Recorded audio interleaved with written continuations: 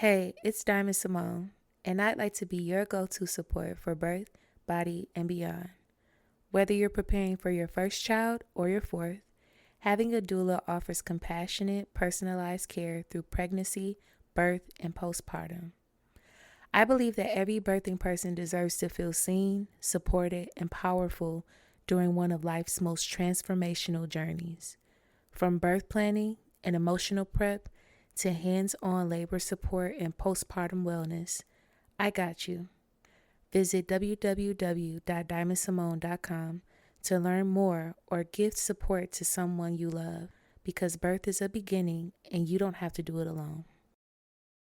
You're now tuned in to the Soulful Stir with Tash and Diamond Simone.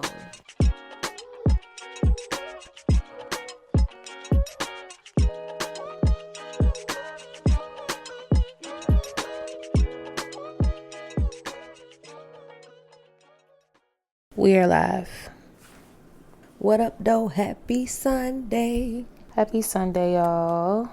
Welcome to another episode of the Soulful Stir. This is Diamond Simone.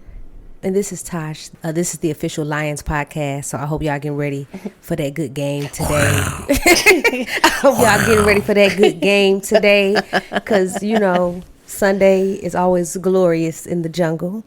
But yeah. It's always glorious in the den, too. Absolutely. I'm really proud of the Lions. You know, I'm also proud of the Tigers, too. I was about to say, we're playing on Friday. The Tigers, well, we played this past Friday, rather. But yeah, we've been doing good. Yeah, they had a really good game last week, and I'm not even really a sports girly like that. I won't lie to y'all, but every once in a while, I catch a good game, and I be all in. So that was a pretty good game that I caught on there. So I'm proud of the boys. Y'all doing y'all thing. What's going on, Tash? What's on your radar? Man, nothing much. Just regular ghetto life. For whatever reason, I'm bored right now, and I just heard Aretha Franklin saying, "Living in a world of ghetto life." Well, this is more like Rick James talking about ghetto life. Oh, I like that one too. Ghetto life. Okay, but no, seriously. So I'm just bored, and so I don't have nothing to do, and I'm trying to not do the wrong thing. So I applied for a little, part-time seasonal job, and it got to the application. I mean, not the application, but the interview process this week, and the lady didn't even show up. And it wasn't just me. It was supposed to be like 4 other people interviewing at the same time. So that was really weird, and it was kind of ghetto. And I feel like that was just my sign to just that this wasn't for me. She said, "Oops." Ooh. Yeah. I'm just, I'm still kind of fuming because everybody knows I hate to get up and drive. I got up, put on makeup, you know what I'm saying? Got dressed, all kind of stuff, curled my good wig. And then for nothing, you know what I'm saying? Just to go to the Arby's drive-thru and get a number 2 with a curly fry and a strawberry lemonade. Well, there's nothing wrong with that. That's how the day end up ending. But other than that, it's, it's good. This is a weird time of the year for me. This past week marked the 30-day anniversary of my nephew's passing. On the same day, my oldest nephew turned 30. And then on the 31st of this month, it will be the 2-year anniversary of my son's transition. So this month it's in a weird space. Like, I've been finding myself a little bit more emotional than normal, which is, to be expected. So I'm navigating, put it that way. I'm in a space where I'm not expecting too many highs or too many lows. I'm just trying to stay in the middle. Hey, there's nothing wrong with that. I feel like a season of still water is needed. Every once in a while. It doesn't always have to be something going on. But I'm always sending you good energy, of course, knowing that this month is a bit heavier than the previous. So hopefully we can go to one of our favorite spots. Oh, because I have not been, and I thought about it the other day. Yeah. And I need it, okay? I've only got takeout from there. I need that beat cocktail. That's but I was really talking about Michigan by the bottle, too. And it's crazy. I thought about that, too. Recently, I thought about them, but definitely need some. We can low-key hit both because it's in the same, they're on the same street. Yeah, absolutely. We can do that. I'll share that I've been working on reframing my mindset around a to-do list and instead calling it a wish list. I saw this concept somewhere online on the lovely internet. I can't remember where.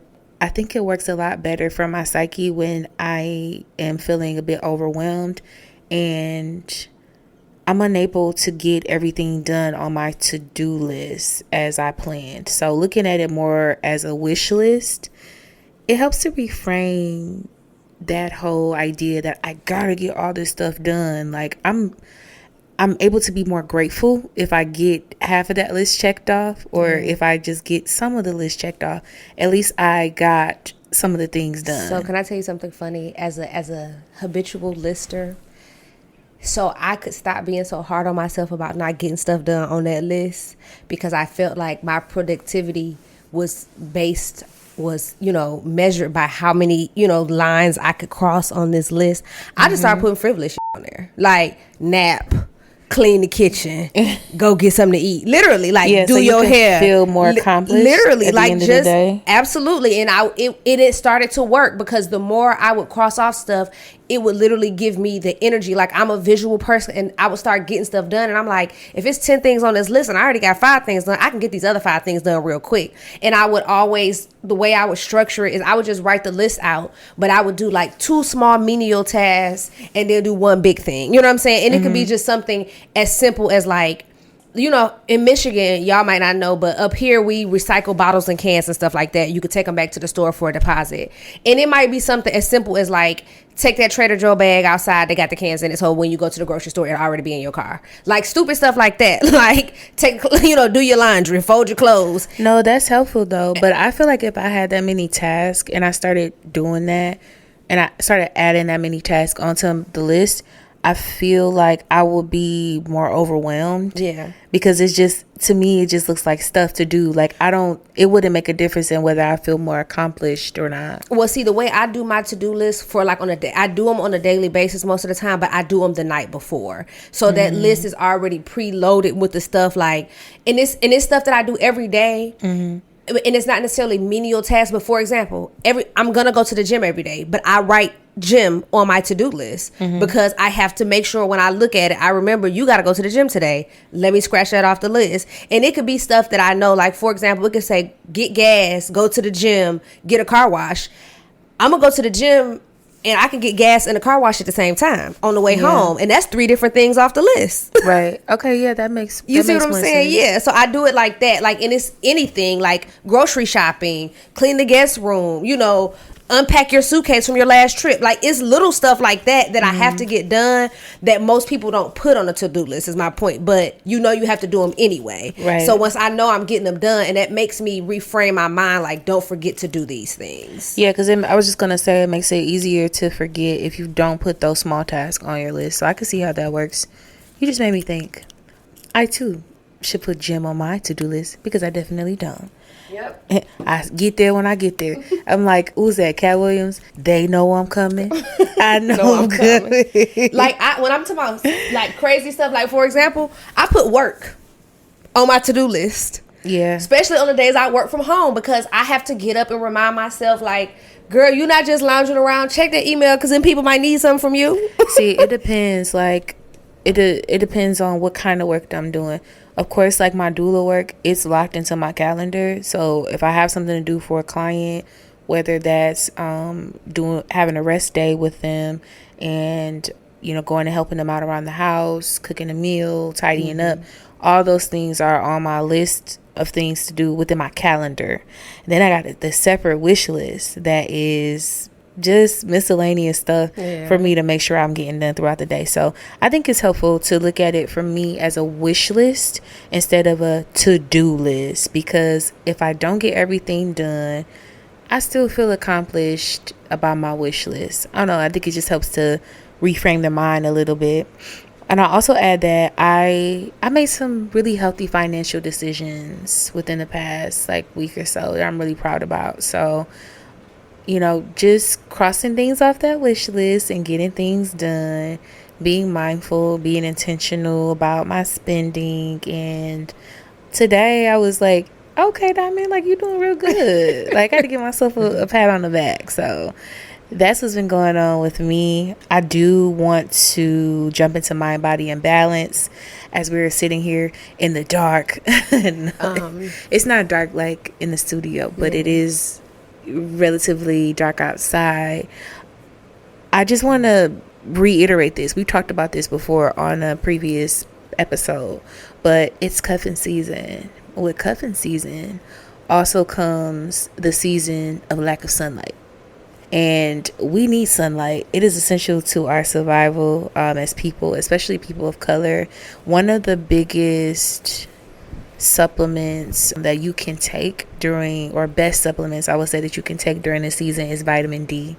But first and foremost, we talked about this too, make sure you're going to the doctor and getting checked out and get your levels checked and make sure everything is where it should be. They can do that with a simple blood test. It doesn't take much. But a lot of us are vitamin D deficient, especially Black women. And so we need to make sure that we're getting that vitamin D in to compensate for what we already don't have, or what we're deficient in, if I should say. So if you don't know, lack of vitamin D can affect your overall mood. It can affect your body, your level of energy that you have throughout this season. And I know that it affects me quite a bit because I can tell when I take breaks from taking it, I can tell the difference in my mental and how I feel physically and whether I'm more tired. And within this season, I do get the wintertime blues. I don't typically feel as creative in the wintertime. I just don't feel that feeling like a little sun lamp on me when I, breezing through the summer or the spring when the sun is out. I don't feel that in the wintertime. And I think that there are more of us who actually have that feeling. We just don't talk about it because maybe we don't think that it's a thing, but it is a real thing. And I think I'm the opposite. I don't feel like I thrive well in warm weather. I feel like it drains me. Like when it's hot, I be want to be in the house. Not saying that I necessarily got to be outside in the cold, but when I'm cold, it's something about, I don't know. First of all, I'm a warm beverage girl. It can be anything hot. Coffee, tea, yerba mate, matcha, whatever, chai. I got to have something hot. And I just feel like, for whatever reason, I feel like that warms me up inside. So in the wintertime, being in a house or being like in warmth for whatever reason just makes me feel like productive. You know what I'm saying? Like it makes me want to sit in the house. Like I do so well when I'm like sitting around the house, bundled up in a blanket with a cup of tea, a cup of coffee, reading a book, writing out stuff, planning stuff. And then also let's, talk about something that I often address. I got more allergies than allergy got allergies, okay? So I think that's another reason why I don't the reason why I don't do certain stuff, and I'm not a summertime, and that's the crazy part. I didn't find out about this until this year, as y'all remember me disclosing. But I'm an outside person. I like to sit outside and read books on my patio. I like to do a lot of stuff. But it's like now that I know I have these allergies, when I try to sit outside, I get extremely irritated. This past week, I was hanging out with some friends, and I don't know what happened, but by the time we had been out for like an hour or two, and what's crazy is that we were in the house. We literally got in the car, went a few places, went in a restaurant, got back in the car and went home. And by the time we did all that, I had some kind of allergic reaction where I couldn't stop sneezing. My nose was running. I couldn't breathe out of one of my nostrils. So I say that to say that I don't even look forward to summer and springtime no more. And apparently now the fall is doing me in too, because for the last 2 nights I haven't been able to breathe out of my nose when I'm sleeping. Wow. So the wintertime is kind of like the only time I get relief. And so because I don't feel all these changes, in my levels in the morning and at night, I feel like I do better during the day, and I feel like I'm more productive because I get better sleep. I'm not aggravated and coughing and sneezing all throughout the day. But with that, I would also say, outside of the physical outside, we also talked about seasonal depression in the past, and I think if you are aware of certain supplements and don't have an aversion to certain things, I think St. John's wort and magnesium will also do really well for people in the wintertime. St. John's wort is a mood shifter for people who suffer from seasonal depression. I think that would be it's a very good thing. I remember taking St. John's wort when I was in college, and I stopped taking it because I couldn't cuss nobody out when they really deserved to cuss out. It just made me too nice, and I stopped, and I just couldn't do it no more after that. But once again, before you start partaking in any new vitamins, minerals, supplements, make sure that they are aligned with your current physician's health goals and your goals. But also with magnesium, it helps to lower stress levels. It'll give you better sleep. It'll also help with cortisol levels in women and things of that nature. Also, because a lot of times, once again, holidays cause a lot of stress. And here we coming up on Halloween. So for those of us who have children and Halloween parties and school and costumes and all of that stressful stuff, Thanksgiving is coming up, Christmas is coming up. Don't let them family members come from out of town that you ain't talked to all year and stress you out, okay? Get you a little magnesium, a little CBD, I don't even a answer little the phone. THC, a little ALC, i.e. alcohol. Get something, that ABV, alcohol by volume. Get you something. But once again, I would highly suggest magnesium or St. John's wort to just help with the attitude and the stress levels that we may be experiencing heavy fluctuations in around the holiday seasons in the wintertime. Because I think, like we said, people don't know that they're seasonally depressed. It's just like, oh, it's cold and I'm grumpy. And it's like, yeah, but we can fix that in a natural way, too. You don't have to take pharmaceuticals. It's a lot of things, herbs, tinctures, a lot of different options to help you through this winter season. Yeah, for sure. And I just want to add that everyone should be mindful when taking herbs, because the herbs really do work. And so if you are just starting your journey with taking herbs, make sure you take the recommended dose and take it in moderation. Don't just try to jump head first into it. See what it does for you, if it makes a difference. And of course, as Tash said, make sure that it's in alignment with what your healthcare practitioner is suggesting, or what your goals are, rather. And then the other thing is nettle. Nettles are great for boosting the immune system. They're really rich in antioxidants and vitamins A and C and a couple other vitamins. If you feel a little inkling, little sniffle, little sore throat coming on, nettle is a really good tea just to brew and have on deck. And you can also pair it with like dandelion root, which is also really good. And the other thing is magnesium that you brought up, because I almost forgot. Magnesium, there's several different types of magnesium. When we talk about cortisol levels and lowering those levels and getting a healthy sleep, magnesium glycinate is the most common that women use or that people use to do that, or to aid in healthier sleep and lower cortisol levels. I take magnesium glycinate too. You can always find more information on all of these herbs online, of course, and then you'll also see some women or people online making sleepy girl mocktails. I don't know if you've ever seen that, Tash. With the tart cherry juice, the magnesium and stuff. I've seen them, but with me having Crohn's, it's too much fiber in cherries. Fiber is not good for Crohn's pure patients. Juice, and it's if I eat cherries, and that's the crazy part, I used to love them, but if I eat like one of them, my night and tomorrow morning and maybe tomorrow afternoon, it's a wrap, baby. We shut down. I love cherries in the worst of ways. I love cherries.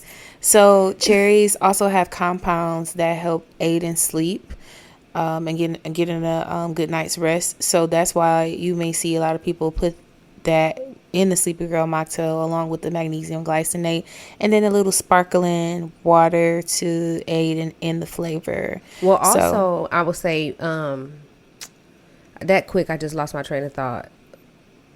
Oh, man. I forgot that fast. I can't believe that. What did you say? I was talking about tart cherry juice. And that's what I was going to say. There are also some studies, or you could look up some information online, that tart cherry juice also helps with lowering and burning belly fat.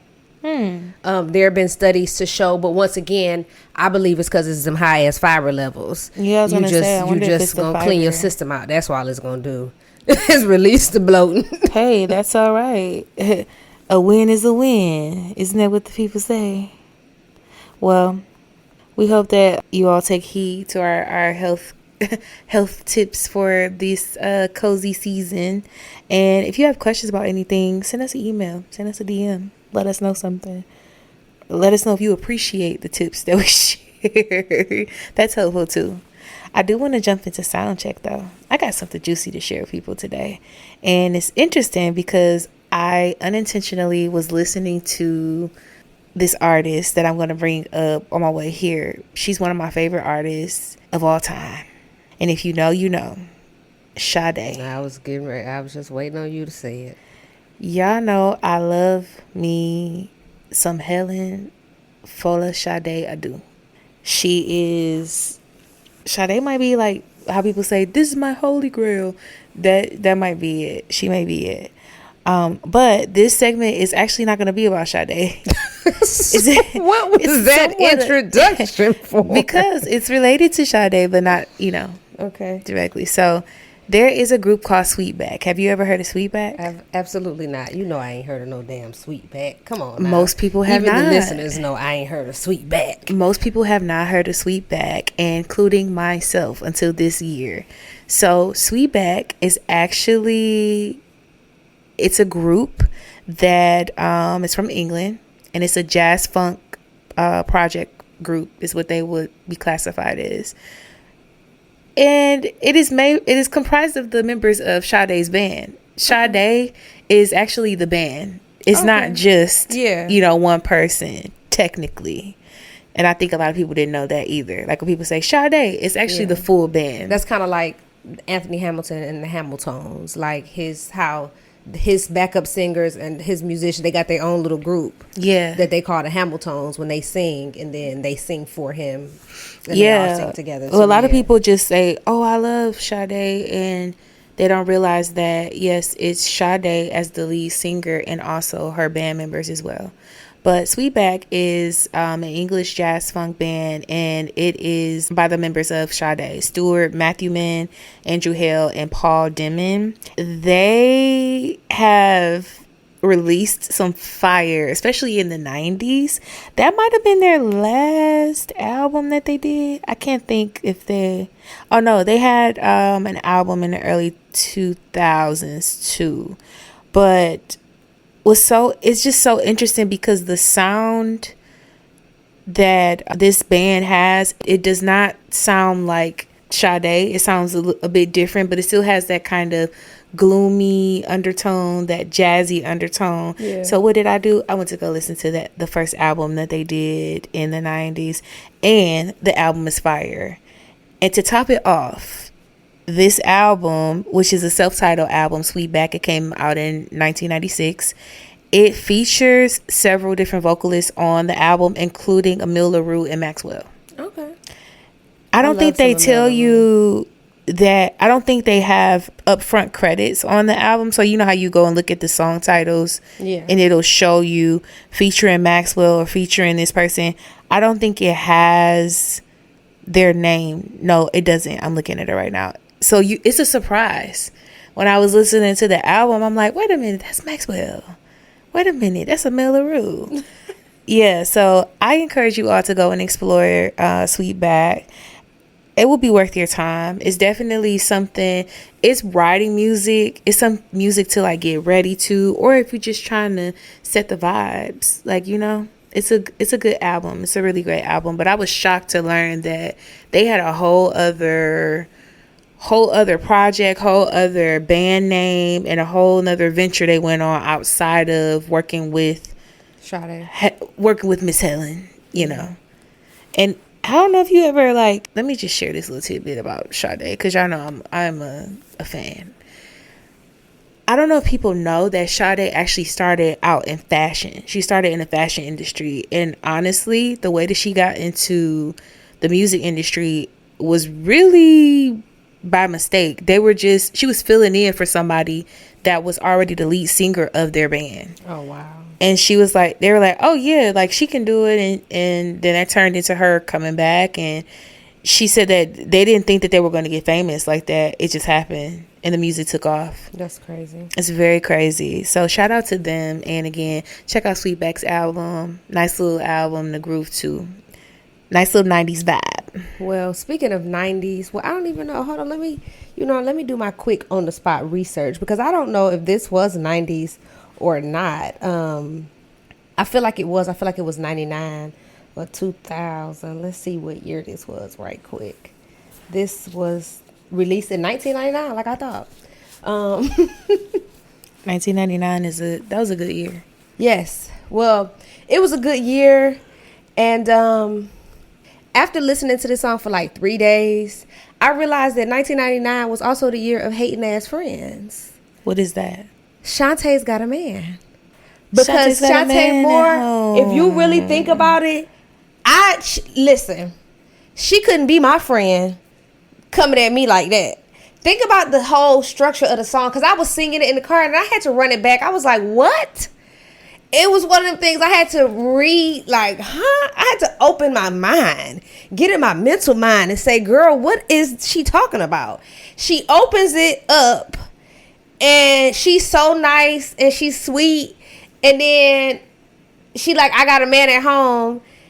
And she like, your man always cheating on you, creeping on you, beating on you. And then she's like, oh yeah, I got a man at home. And then she's pretty much telling her friends, like, your man is trash. She's like, I'm sorry that your man ain't home. And then, I don't know if she was talking to another friend, because she said, and I'm sorry that your man left you alone. And then she starts talking about... Wait, this is all in the song Chante's Got a Man? Yes, those are the lyrics that in order. The song starts, and she says... It hurts me that your man is leaving you all alone. I can't help it that your baby daddy creeping on you, cheating on you, beating on you. But Chante's got a man at home. And then she says, I'm sorry that your man ain't home. Well, I'm sorry that yours left you alone. Ain't it such a shame that your man is playing games? And then she said, it's not the truth, girl, because I got proof, because I got a man at home. And then she gets to the end of the song, and she keeps saying the same thing, the whole song. And she tells him, she like, but my man, he always treats me right. We never fight. He sends me flowers. He wines and dines me. He took me home to meet his mama. And then she keeps telling the girl how one bad apple shouldn't spoil the bunch. And then she says, hold on, that's my man calling me. And then that's how the song ends. So that is so crazy because I never, if you go back and put it in perspective, years thought that's what that song was talking about, and that's what that song was saying. Because when people reference it, it's usually just that one part. Chante's got a man at home. She spends the rest of the song dogging her friend's man out. So you think that it's a love song? Like, you know what I'm saying? Like, Chante's got a man at home. I'm about to drag you and my homegirls because y'all got sorry and I got a good one finally. So, Chante, can we redo that song to make it more of a love song? But you know what though? And I also put it into perspective of this. So what people don't realize, because you know I like to put two and two together and I like to make a story out of it. But it's so funny that in 1999 it was Chante's Got a Man, but in 2000 it was Bitter. Do you remember Chante Moore Bitter when she said, stop ringing my phone, I told you to leave me alone. You made me write this song. I wish you well, but right now I'm just bitter. So that same man just last year, you was bragging on telling your homegirl her baby daddy wasn't nothing. Now this year, you spent the whole song calling him a... Sometimes we have to eat our own words. You spent the whole song... You got to go back on what you said. The next year, baby girl, the next year. That's so sad. Well, I will say one thing I could say about Chante Moore is that Chante Moore's talent is undeniable. I've heard her sing a cappella. I've seen videos, and yeah, I think she doesn't get brought up quite often. She's so underrated. She doesn't. When we talk about like vocalists, she's for real, on that list with me for like somebody like a Tamia and a Jasmine Sullivan. These are people that did not don't get me started on Jasmine to the industry standard in any kind of way, whether it was beauty, content, or whatever the case may be, that did not get the credit they deserve. Because Tamia vocally powerhouse, Chante Moore can sing the house down, okay? Yeah. Jasmine Sullivan, we don't even want to talk about her vocals, her pen, her everything. Jasmine, I went to Jasmine's concert, and at one point of the show, I just sat down in my chair and crossed my ankles I shook my head because I couldn't believe how she was singing the roof off of this venue. And her background singers too. Her backup singers, you know, you gotta be able to sing to back her or anything. Yeah. So they were going crazy. The band was going crazy. I couldn't believe it. I was in such shock. But yeah, you are absolutely right. Tamia is up there too. I saw her live and I was floored. I mean, it's one thing to hear them on record, but to hear these women live, it is really insane. Yeah.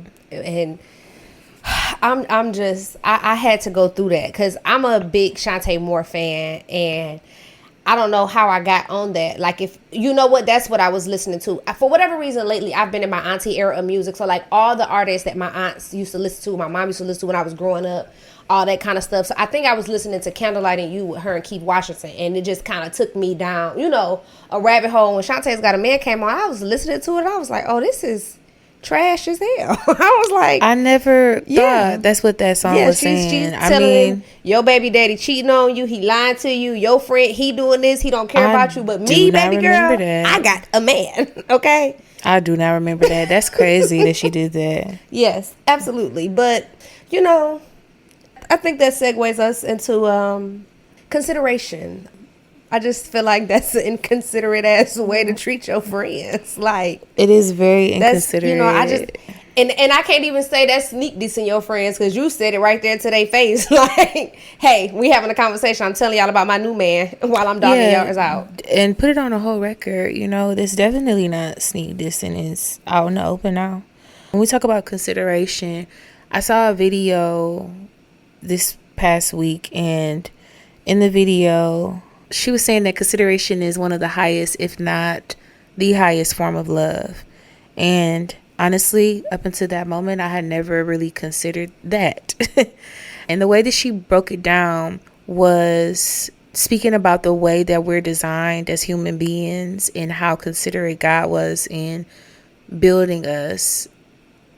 The fact that we have eyebrows and eyelashes. Felicia Latour, because I follow her too. Felicia Latour. I love her. I follow her, and she posts very great, thought-provoking content, very real and organic content that's super relatable. Yes. And so she was talking about that, and it just made me think differently, and it really sent me down a rabbit hole of trying to understand how consideration has shown up in my life, the ways that I recognize consideration from other people, and the sheer fact that I don't feel that in my romantic and platonic relationships, I won't say that I've never felt considered or never felt a high level of consideration, but more often than not, I don't feel considered. Yeah. And this is from different angles of my life. So I'm the oldest daughter, very much the responsible one, very much the one that has to episode on its own, girl. It really is, because very much the one that has to figure it out and be the brains of the operation a lot of the time, and the one that's constantly thinking outside the box, the one that people lean on quite a bit. And so oftentimes it doesn't leave much room for consideration in that way, because shit, it's down to the point where sometimes I feel like people in my family, they do stuff purposely. And I know like that's not always the case. Sometimes I do feel like they do it purposely. I know it's not always the case, but that's how deep, like, just that level of lack of consideration I feel. And then in my romantic relationships, it's very similar, like the ways that I show up in my relationships of most of the time kind of being the person that emotionally takes on the larger toll of things. There have been times where people have made decisions that I felt were critical decisions without any consideration to how I would feel about it. It was just like, yeah, I did this, and then I had to find out about it after the fact. Yeah. And I was just like, why wouldn't you talk to me about that first? Because if the shoe were on the other foot, I would have done it for you. In my friendships, I feel that I'm oftentimes the friend that does the most for my friends, but I often get the short end of the stick. Like, they're going to be more inclined to do more for their other friends. And I think part of that is because I'm so considerate and I'm so thoughtful and I'm so chill about things. Like, I'm not the friend that's gonna turn up on you because you can't make it to dinner or you canceled our plans last minute.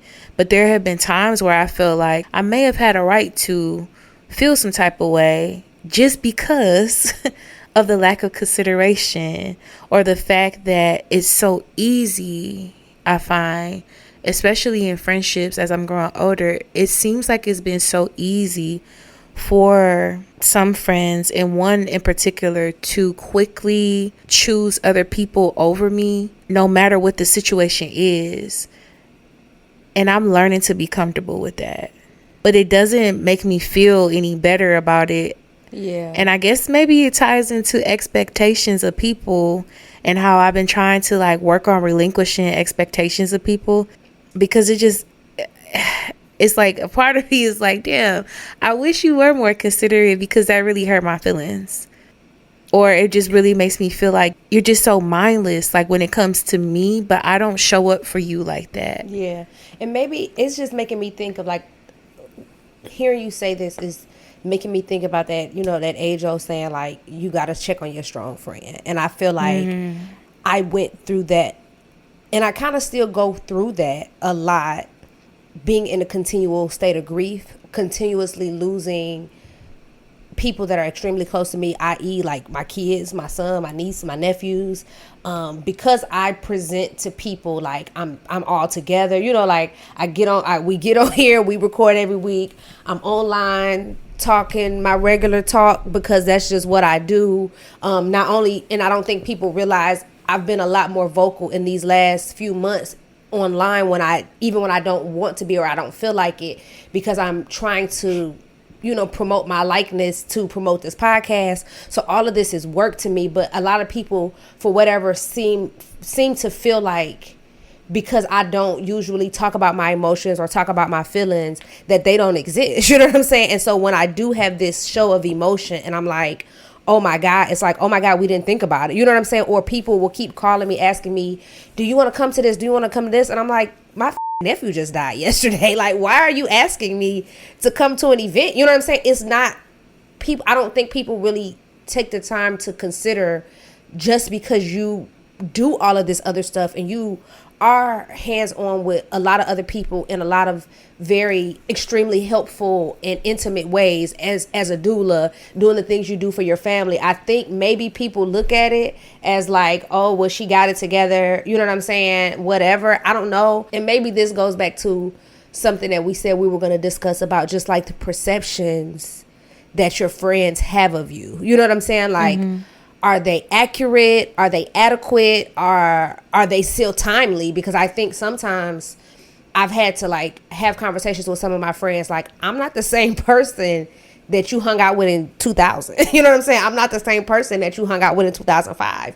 I'm not the same person that you hung out with in 2022, because 2023 came and it rocked my world. And so I'm ever evolving into something different. And so I tell people all the time, instead of counting me out, ask me. And I think that also came up in a post I shared on my social media the other day with grief. It was like, even though I might not show up, still invite me. You know what I'm saying? Like, I want to know that I'm being considered. Just because you think I'm in a space, you don't know how that might make me feel better. Like, you don't give me the option to decide. And I think back to your point about consideration, it's giving somebody's options is being considerate. You know what I'm saying? Like, when I have people come into town to stay with me at my house overnight, I always, go to the grocery store and what do you want? My brother come in town, I know he's an apple juice connoisseur. I'm always going to buy apple juice when I know my brother's coming in town. You know what I'm saying? Because I know that's what he wants. So just small things of consideration, because it's like, once again, you're my friend, you're my partner, you love me, or you say you do. And it's like, well, why haven't you thought about me when it matters? Or why do you think certain things of me, to make you act in ways that you're acting? Right. And it's even down to, like, I'll give you an example of a situation. I had a partner that I was very much clear with that they needed to learn how to cook. And I'm not a person that Actually, I am high maintenance. I'm not gonna lie. I was about to get on here and lie. I won't lie to you. I am high maintenance, but as Tracy Ellis Ross said, I can maintain it myself.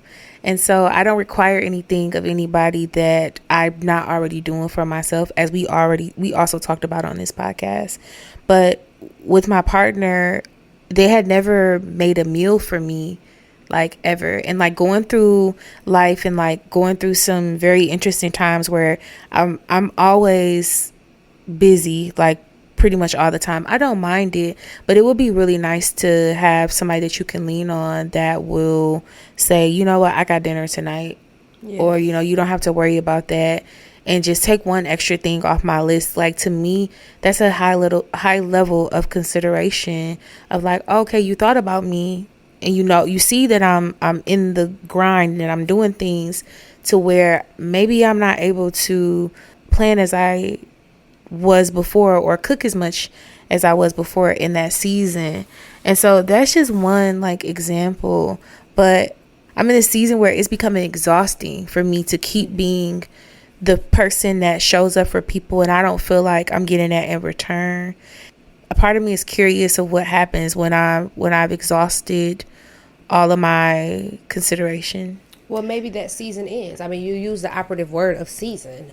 You know, just to be cliche, they say, you know, people are in your life for a reason, a season, or a lifetime. And sometimes I feel I've been in situations where like I've had people where we were really tight in one season.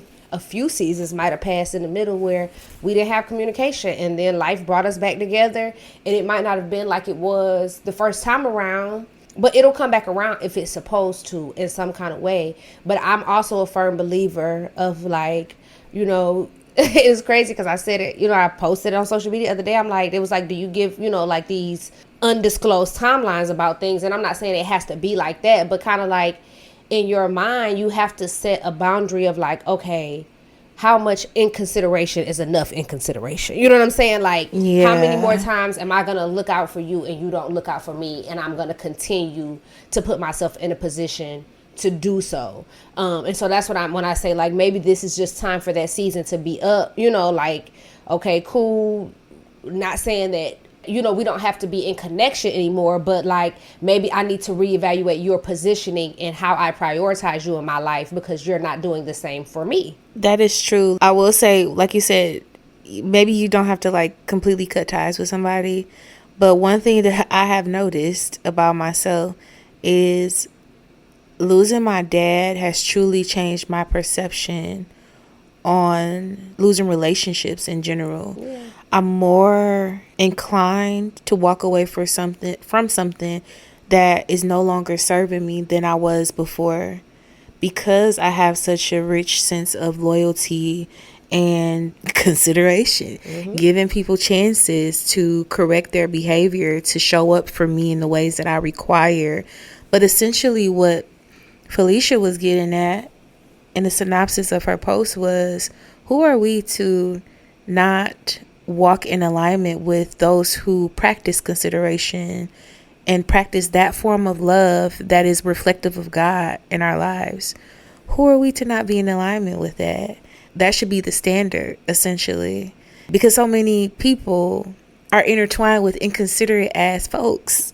And that's whether it's romantically, you know, family relationships, friendships, platonic, what have you. Like, there's some inconsiderate ass people out here. Oh, and absolutely. I'm sure people have much worse stories than what I have had, but the impact is still there. You know, we all probably feel very similar, if not the same, when it comes to someone showcasing inconsideration. And I'm just at the point where I'm like, I'm exhausted with seemingly trying to teach people by example of how to be considerate of me. And that's very exhausting. I don't think people realize how heavy that load is of trying to teach somebody how to treat you when they've already been there and been the witness to you blatantly saying what you don't want and how you don't want to be treated.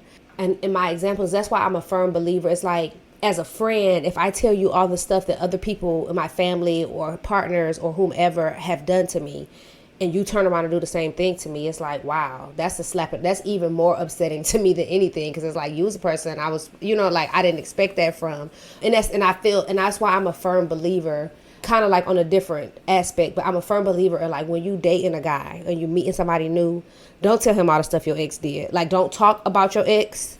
You know what I'm saying? Unless it just comes up and like, oh, blah, blah, blah, might be something that we did. Like, oh, y'all went on a trip together, something. But don't tell this new person, and I'm talking to men or women, like, don't tell them things about your ex, because it sets this, especially if you had a bad ex, because I feel like it sets the standard. It lets them know how low they can go that you'll tolerate.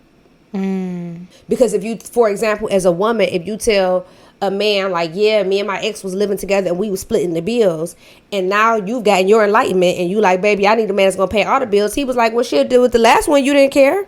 You split bill. You was with him for 5 years and you split him. Why all of a sudden in our fresh relationship I got to pay all the bills? Not saying that you don't have the right to lift your standard and to change, your mind about how you operate. But he would never know that if you hadn't opened your mouth. If you automatically came out the gate, that's called Pavlovian conditioning. If you automatically come out the gate and tell that man, I need all my bills paid, I ain't never been with a man who paid all my bills, your last man could have put you through bankruptcy, okay? You don't let the new man know, all right? You tell him, everybody was paying my bills. I'm used to being spoiled, because then you set the standard where he looks at it like, hey, I have to do it. That's why even, like, people talk about it. I've seen it all the time where guys joke and they be like, y'all got to pay attention to these women that you date. Like, the guy was like, whenever I see a girl, if she like expensive stuff on her story, I tell myself not to like her, because if she's already paying for all this expensive stuff on her own, she's going to expect me to do it too. And he was like, I ain't got that kind of money. He was honest with himself. He's like, I don't have it. But some men are not honest with themselves. And then some men are not honest with, some people, men and women, yes, are not honest with themselves, and then they put themselves in a position where you start off good, but then you end up in a predicament where you cannot keep up with this person. And so what happens then? They try to break that person down and try to bring them down to their level. Oftentimes that's what happens. It's not always a thing. Or, that person, they part ways because it would have never worked out from the beginning. But, now I'm in a season of just trying to figure out how to navigate from a healthy perspective for all parties involved, right? And then also just feeling like, man, I want to feel, more considered than what I've felt thus far. And even like, that's a whole nother conversation, because I was just thinking about the fact that I posted something on my story a while back, and I don't know if we ever talked about it on the pod. I can't remember. But I shared with, maybe it was my close friends. I might have put it on my public story. I'm not sure. I shared that I realized as a young woman, I've never been anyone's first pick. I'm not saying that it can't be, it can't happen. It can't be true. But I don't feel that I've ever been anyone's first pick. And I say that reflecting on the different situationships that I was put in unknowingly by young men who seemingly, we had a good relationship. We may have had a good time together, but they ended up going with like a different partner that was like, okay, maybe she's beautiful, maybe, or sometimes maybe even not. But what made you go that route instead of, and then why didn't you consider me enough to be honest? Because I'm always honest with people that I've dated. Like, I've never been a person that I'm not going to lie to kick it. I'm just not doing it. Because I feel like that robs people of their autonomy to choose. And who am I to do that? But so many people will do it to you. And I've realized that. So I think that's a part of it too. Is like the lack of consideration from that standpoint. And that kind of being the trend of my dating life, if you will, like, or the past. I won't say that it will be the future, or has been, but yeah, in the past, that's kind of how things have gone, and I recognize that. I'm okay with that. But what ends up happening in some way, shape, or form, they spin the block. Oh yeah, they always do, because more than likely, or they try to. More than likely, it's because they realize that all I had to do was the bare minimum. To me, consideration is the basement floor. Like, that's the bare minimum. And I think they realize that all I had to do was the basic stuff. And when you're an overly considerate person, that, I think people take that for granted. Like, you know, like I remember having a conversation with one of my exes before. Like, we were talking about bills and stuff, and I was like, yeah, you might pay all the bills. I'm like, but do you ever come home and it's no toilet paper in the bathroom? You know what I'm saying? When you go to wash your clothes, don't you always have nice quality laundry detergent? Whenever you want to eat, is food in the refrigerator to be prepared, or is something in there that's cooked? Whenever you need anything, brush your teeth, you ain't never ran out of toothpaste, nothing. Those were the things that I was responsible for. You know what I'm saying? And that's a consideration. That's not me saying, oh, I'm just doing this, because I was also making sure you had deodorant, you had this. You know what I'm saying? Like, if you want to pay the bills, it's things that men don't consider when they're thinking about stuff. You know what I'm saying? I would go to Target and be like, hey, I need to grab you a pack of t-shirts because your last time I seen you put on a t-shirt, it had a hole in the bottom. You know what I'm saying? That's just small things, because that's a step I don't have to take, but I don't think people realize how valuable that is until they lose it. And then when they lose it, it's like, you know, you see it all the time. The most common way I could think about it is like when you see people that have issues with their parents, so especially their moms, you know what I'm saying? And then their mom passes away and they're like, oh my God, like, I didn't think about how much my mom was doing. Or when you're a high school kid and you complain about your mom always nagging about stuff, and then you get to college and you start missing classes because she ain't there to wake you up, you know what I'm saying? And you start running out of stuff in your dorm room because you didn't think to go pick it up because you're used to your mom supplying this at your house. People don't think about those small things that essentially equate to acts of service, which is what we've talked about before, which is both of our main love language, where it's lighten my load, you know what I'm saying? But that, I think it goes into how you started this episode about being the oldest daughter. You know what I'm saying? Like, I think a lot of that, it just becomes ingrained in you. You become a mother figure at an early age. You have to do a lot of stuff, and you have to consider, you're forced into consideration. So it bothers you a lot when somebody don't consider you. And I've been in that position too, where it's like, to me, it would have been common sense to do this for you really quickly. And it's like, why do I have to keep asking you to do it for me? You know what I'm saying? Like, why don't you get it? But when you were raised a certain way, when it's ingrained in you a certain way, because you're not only looking after you, but your siblings, and indirectly you often end up looking after your parents. You know what I'm saying? It becomes this whole thing where you're forced to be considerate because you're literally taking care of other people. And I think people that did not have, and I'm not going to say the luxury of that, because it becomes a personality strength when you become older, because you've already had to manage certain things. But so I think people that didn't have that obligation at home don't understand that. You know what I'm saying? When they were the ones that were often the ones being considered and not having to do the considering, if that makes sense. No, that makes perfect sense. And that actually, you answered my question, because I was going to ask, like, do you think it has to do with being the oldest daughter and being put in a position where you have to be more responsible? But you just answered my question. I do think that having to be responsible, being put in that position, definitely breeds a higher level of consideration and just a higher level of understanding of people's needs. But then I also feel like it kind of plays into your own like hierarchy of needs and the way you see yourself on that totem pole, if you will, or on that pyramid. Yes. The way that you prioritize what you need versus what other people need because you feel responsible for them. I've had to catch the backlash of that as well. As somebody, I'm learning how to move through all of these things and how to be more mindful and be more intentional about the way that I'm showing up for myself in the way that I don't allow people to play with me.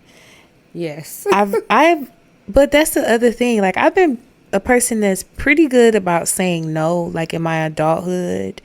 And I've gotten even better at it within the past couple years, I would say. Let me tell you something. That no is like a muscle. I love it's like to working say out. no. Once you start saying no and you start getting comfortable and you with see how something good it no, feels to say no, baby. it is good to say no and to understand what that means and to just feel that weight lifted.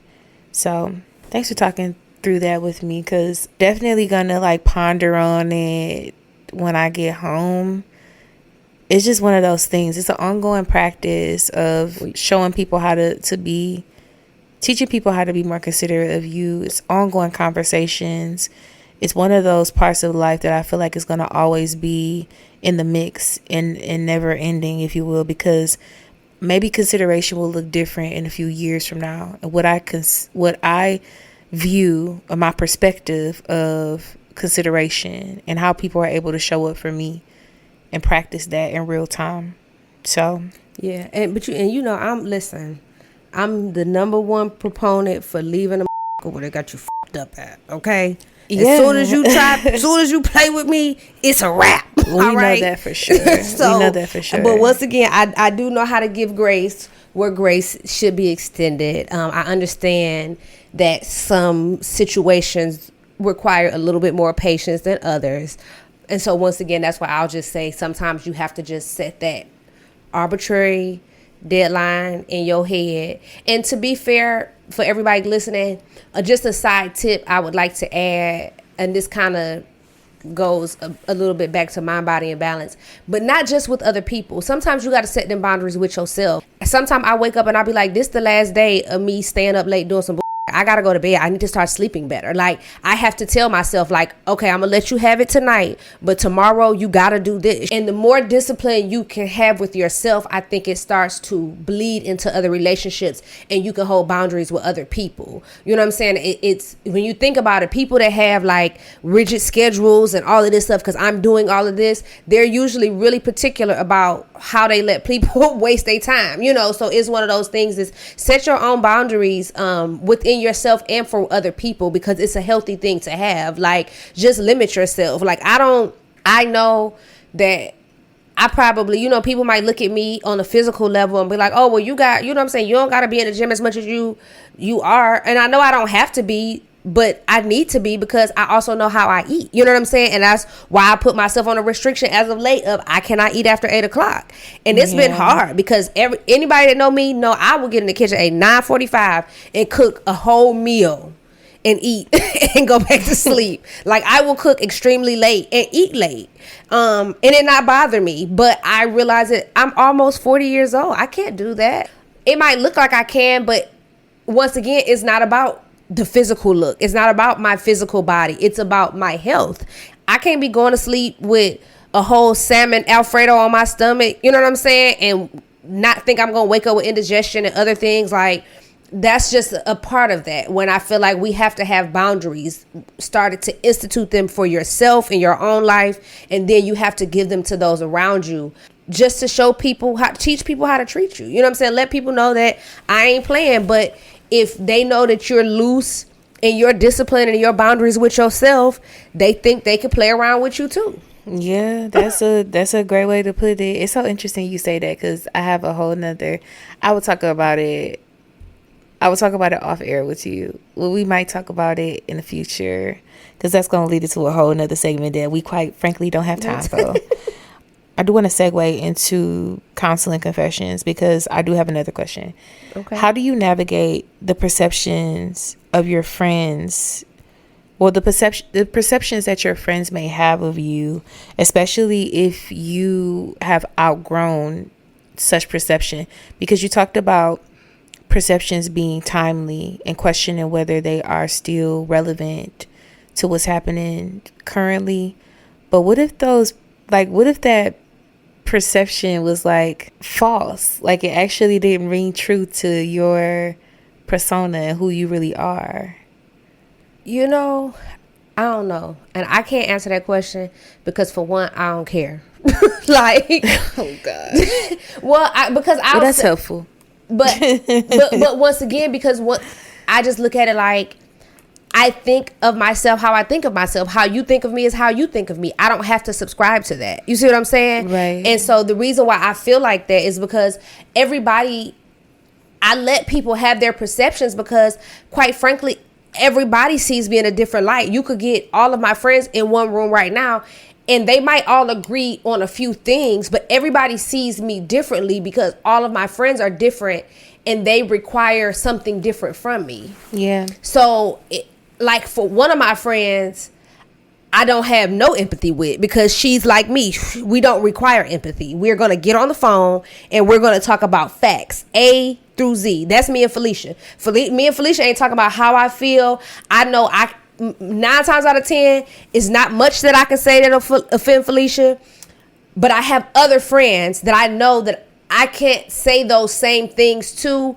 I can say them, but I have to say them and present them in a different way because they're more sensitive. You know what I'm saying? Mm-hmm. So they may look at me as a lot more caring, where Felicia might be like, Tash, don't play that shit. She cutthroat. But all of my friends are probably going to agree with each other because they see different sides of me. But how y'all see me is irrelevant to me, because how y'all see me is not my reality. What my reality is what I see, what I see. My reality is my reality. That's your reality. Just like I can think something of you and you don't have to feel it yourself, but that's how I perceive you. I'm not going to try to make you, perpetuate my feelings for you. This is just what I see. You know what I'm saying? And you're not going to always see the same things. And that's why I think I don't get caught up in it, because I know they change. Like, one day my friends might see me as somebody extremely strong, and the next week I might break down and they be like, damn, I didn't even know she was this emotional. We all go through cycles. And so it's hard. I don't think it's fair to a person to have to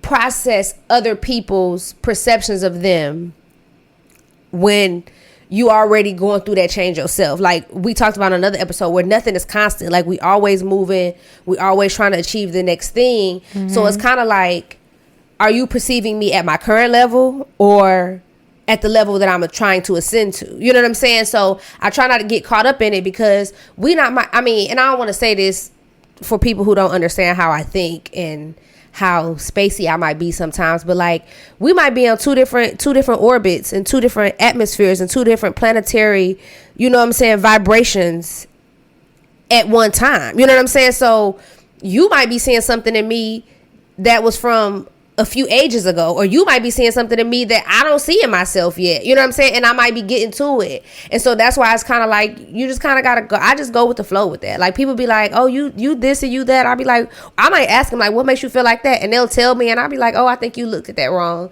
And then we might just move on. You know what I'm saying? I might not agree, but once again, everybody's point of view is different. So I think I'm one of those people that you can't tell nobody how they feel. So I try not to get caught up in how people feel about me or what they see from me, because everybody's looking through a different lens. So this is where it gets a little dicey for me and my experience with perception. I understand that everybody's entitled to their perception, like, right? It's a part of life. It's just how people see you. It's like looking in the mirror almost, or lack thereof in some cases. For me, it begins to become annoying a bit and hurtful at the same time when somebody is pushing a perception on you that's not true. It does not ring true to who you are, to your temperament, none of the above. And I'll tell you why I'm asking this question. So I have a friend who is attending an event currently, and in the beginning of the planning phase for said event, I asked her who her plus one was going to be, and she decided to take a different friend. No problem. I would not expect to be the first pick again, because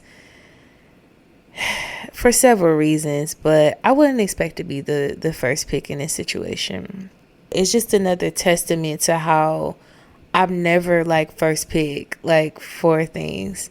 So we went on a little adventure recently, and while we're on our adventure, I had made a joke like about what I would have done if I had went to this event. And they were like, yeah, I know, that's why I didn't invite you. But I was literally joking, and I was just like, oh, that's your perception of me. And so now it feels like, and this is not the first time that something like this has happened, where they've said something that doesn't yield true to like how I would react in a situation, or they've made me feel like I'm considered the friend that is quick tempered, and I would potentially destroy an event based off of my temperament. It makes me feel like I'm the friend that doesn't know how to act. And I am so far from that. And it's interesting because other people don't have that perception of me. And this friend has probably known me the longest. She hasn't known me the longest of all of my friends, but she is a friend that has known me for a significant amount of time, since high school. Yeah. Where I feel like you should know better than that. But it has always been that, or like certain stuff that she will say, it's just like, do you think you actually think that about me? And that's crazy, because I wouldn't destroy somebody's event. I don't know if this is I know how to conduct myself. I don't know how to. I don't know if the answer to this is too much to discuss right now. But do you think? Because I don't know why I didn't think about this before. Just to play devil's advocate, maybe that wasn't the real perception, but maybe that was like her way of finding some kind of frivolous way to not invite you, because she did not think you agreed with the whole situation, like in totality. Like, because I don't think the whole situation was just crazy. Was crazy from the beginning. Like the just the background information about it. And so maybe was it because I will say this, I've had a friend do that to me before, where it was like, I didn't tell you this because I thought you were going to judge me. I didn't tell you this because I knew that you thought it was going to be the dumbest thing ever. And I was like, whether you told me or not, you still do it, and I still think it's dumb. Like, you know what I'm saying? Like, okay, that didn't solve anything. But I don't think so. I just think that they have a preference of who they prefer to be around and to travel with. And that's okay. Like, that's fine. It's more the perception of like, was this the basis as to why you didn't invite me? And I don't think it's that, because if that's the case, then maybe they wouldn't have told me the entire background of things. Maybe it's time for a corporate restructure. Like, reorganize. Maybe so. I love, as a master of organizational leadership, reorganize. And that's, I love to reorganize. Listen. No, I mean, maybe it is, but it was really like a genuine question, like, for me, because I'm still trying to figure it out. Like, what is that about? And then there was a time where a certain situation came up where people were trying to pan me to do things that I did not do and to be someone who I am absolutely not. And she was in agreement with them without even hearing my side of the story. Yeah. And that was hurtful, because it was like, you supposed to be my friend, and I would never do that to you. And so now it begins to become a bigger issue when that perception is being framed within other conversations that you're having about me and about my personality in the ways that I will react to something. But what's even more interesting about this whole thing is that I sat and thought about it, and I was like, I don't think that this friend has ever seen me act out of pocket. I really don't think that they've ever seen me do that, because again, I try to keep it together. As a family manager, if you don't know how to act right, then who will? Yeah. So my first thought is not to go off on people or just to lose my shit. It's never been the way that I choose to communicate with people. So again, it's just so mind-blowing to me that this keeps coming up. And you know, like, it's bothering me if I decided to talk about it on the pod, because I also think that maybe other people may understand where I'm coming from and have similar situations as such. And it's hard for me because, you know, my logical mind works like A to B to C. Like, I have to understand part one before I could go on to make a logical conclusion of things. And I say all of that to say I still can't get past just the the premise of it. Like, that's wild in and of itself. Yeah, that makes, okay, so that's a valid point to make. But again, for me, it's like you're putting a narrative out there that's not true about me. Yeah. And even if that was the case, like, say that at one point in my life I was a firecracker. At one point in my life, I will be honest and say that I was more quick to respond to something. Like, if somebody made me mad, like, very quick, like, quick with it, smart mouth, like, quick on the money. Now I'm way more like, I don't even have time for that. I'm more liable to walk away from a situation than anything. Yeah. How come you don't know that? And why are you trying to pin the narrative as something else? And then the other thing is, like, I also think it's bothering you so much because of who it's coming from and the proximity to you. I don't think the perception or that comment you would have given it too much energy if it would have just come from, like, you know what I'm saying, just an average everyday person. You know what I'm saying? Or like just somebody that you didn't hold in such a high regard because of their proximity to you. So I think that's a lot of it too. And because too, like, I don't allow a lot of people to get too close to me to, like, figure out or to even know, you know, the granular details of my life that this person does. And so it's that, like you said, it's all of the things. It's like, dang, I would think that you would know better. And I would think that as a person who's always in the space of growth, and I don't carry that type of energy with me.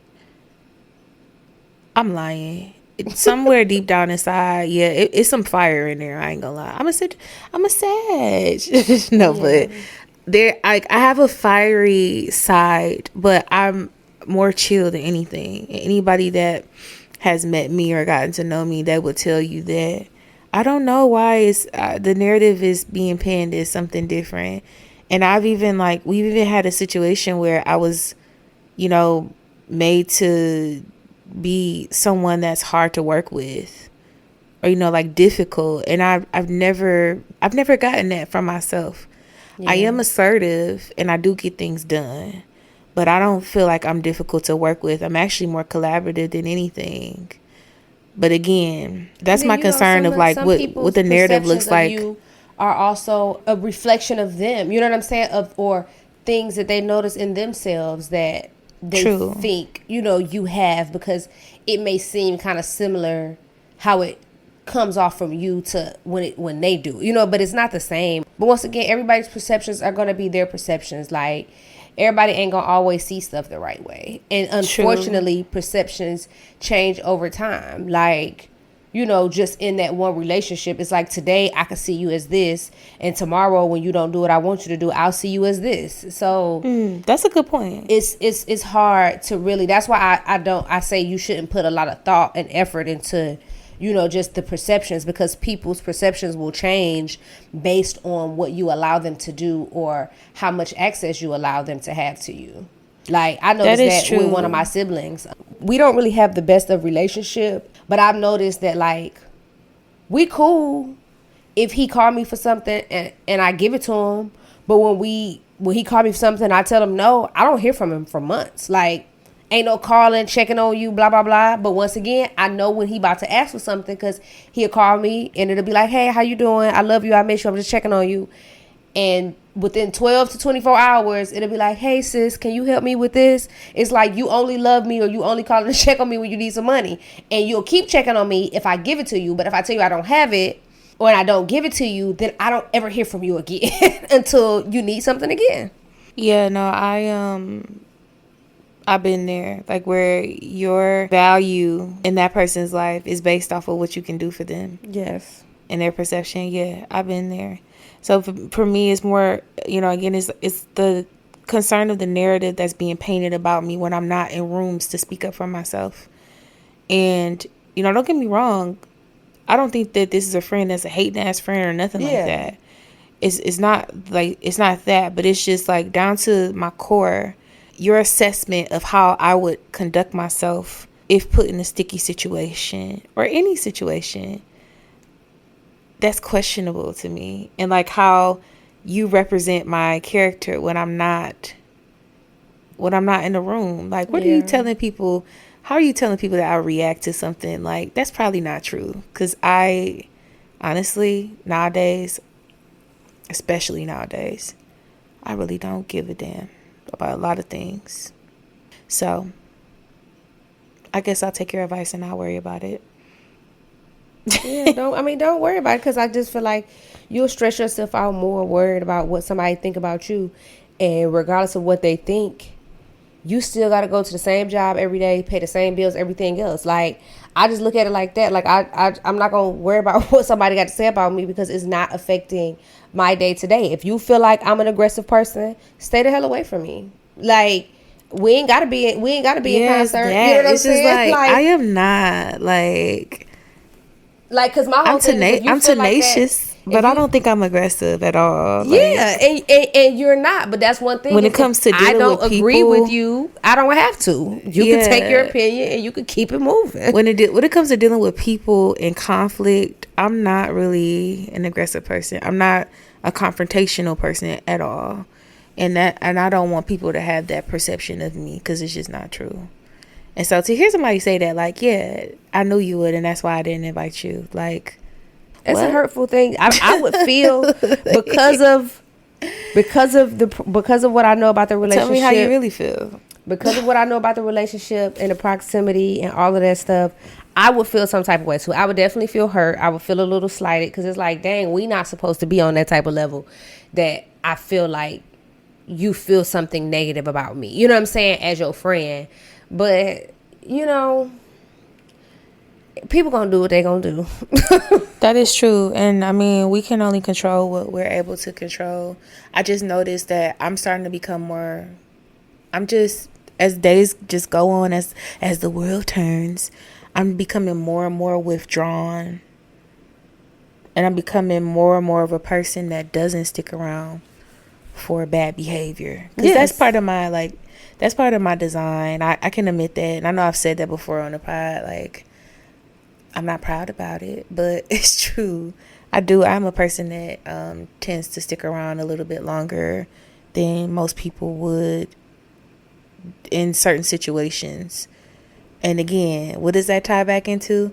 Consideration, understanding, being the person. And that's why we are yin and yang, because you stay too long and I probably leave too quick. Okay, because I will get the hell down. I'll be like, I don't even give you a chance. You do be on the first thing smoking. That's crazy. Like, out as soon as, and I'm trying to work on that. I'm trying to be, again, a little bit more considerate, a little bit more tolerant, and trying to give people grace.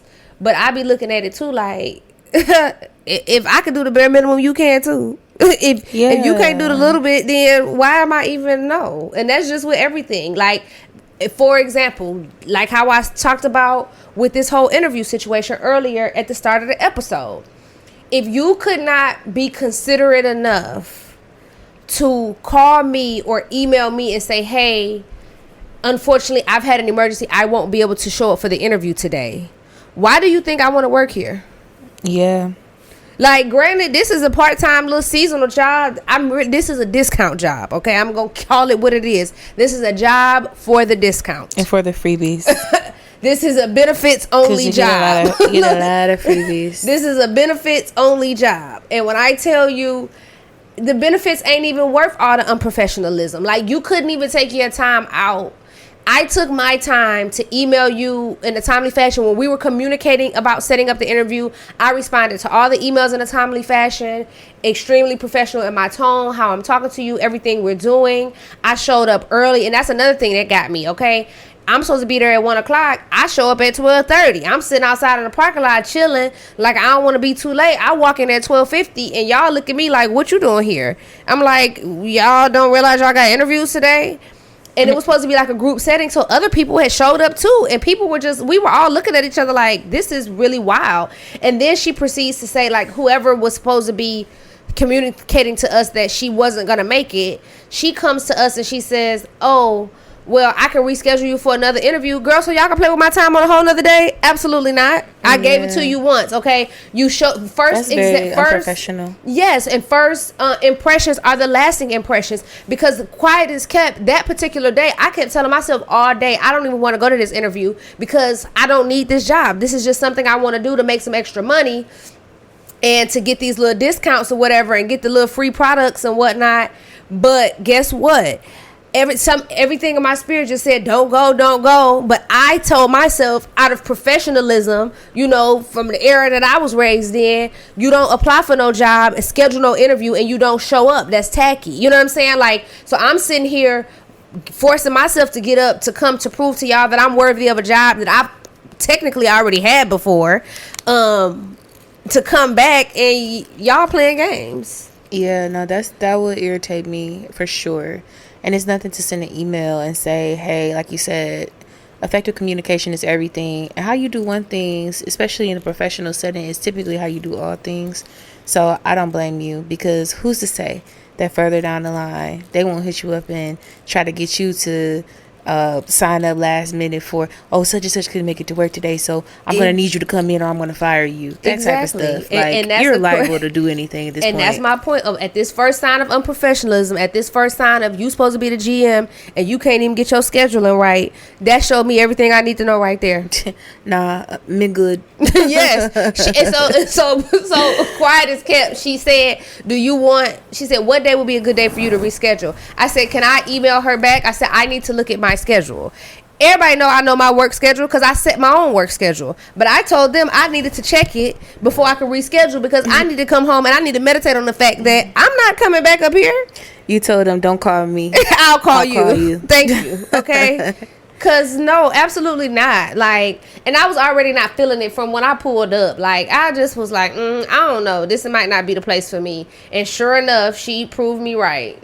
And usually I'm pretty right about those types of things. But I knew it. I just knew all day that day, like, this ain't it. But I just thought it was going to be something like, hey, you're not going to like the pay that they're going to offer you. You know, something of that nature. I didn't think that it was going to be like a total flop. They didn't show up, or they didn't do their part. Yeah, like, girl, I wear $50 foundation. I put on a whole face of makeup. Okay, Tarte is not cheap. It is $48. I understand. Okay, for Amazonian clay, 24-hour foundation, and you got me. Try the Estee Lauder BB cream.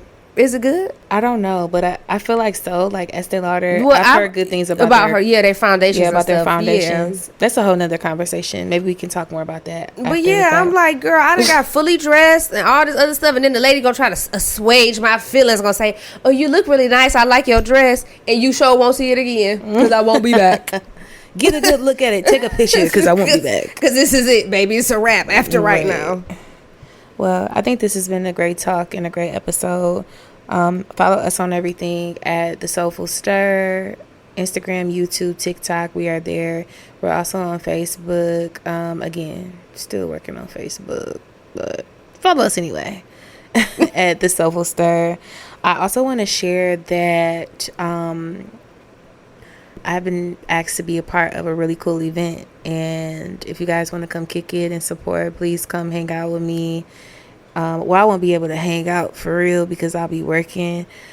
I'll be doing a live painting at this event, but Macomb Alumni Chapter of Delta Sigma Theta Sorority Incorporated has decided to throw a lovely event, a fundraiser called A Night of Poetry, Art, and Purpose. It's going to be on November 7th from 7 p.m. to 10 p.m. at Club 54 in Sterling Heights, Michigan. Again, this is actually the first time that I will be painting again after being on hiatus and painting in public at that. So come support. Tickets are $50, which is, $50 for a great cause to support the fundraiser and support the Macomb Alumni Chapter of Deltas. I don't think that's too bad. And you can get your tickets at www.macombdeltas.org. So check it out. Come check me out. Maybe you can, put a bid in for the painting. Who knows? Or, just come and vibe. I probably will be mixing, mingling after the fact. So, you got anything for the people, Tash? Nope. Y'all know the regular. Follow us. TikToks, YouTube, Instagram, all that good stuff. Also engage, comment, drop some emojis. It ain't got to be a lot. You know what I'm saying? Say, hey, we want y'all to talk about this. Or, hey, we like when you said this. Just give us some engagement. I'm sure a lot of y'all know how the social media thing works. So not only are we trying to, build up our audience and things on the actual podcast platforms, i.e. Spotify or Apple Podcasts, but we also need to build on those spaces. And not only do follows matter, but engagement as well. For sure. If you comment to us or if you send us stuff, we definitely will comment back. I can't say which one of us it will be, but one of us will. We'll comment. We'll like your comments and reply to you and things of that nature. So we do engage back, but we do need you to engage with us. In addition to that, if you all would do us a huge favor while you're listening to us on Spotify and or Apple Podcasts, please go back and give us a review. I think we have some reviews so far, but not many. I would like to get reviews on there as well, because that will help us in the future as far as gauging things with the podcast. Same with YouTube. If you watch us on a YouTube channel, like the video, not only subscribe to the YouTube page, but actually hit the thumbs up button and like the videos, because those things count as well. And if you want to see us or continue to hear us in this space, we have to grow. So we want you to be a part of that. Yes, for sure. And thanks again for tuning in to another episode of the Soulful Stir. Chat soon.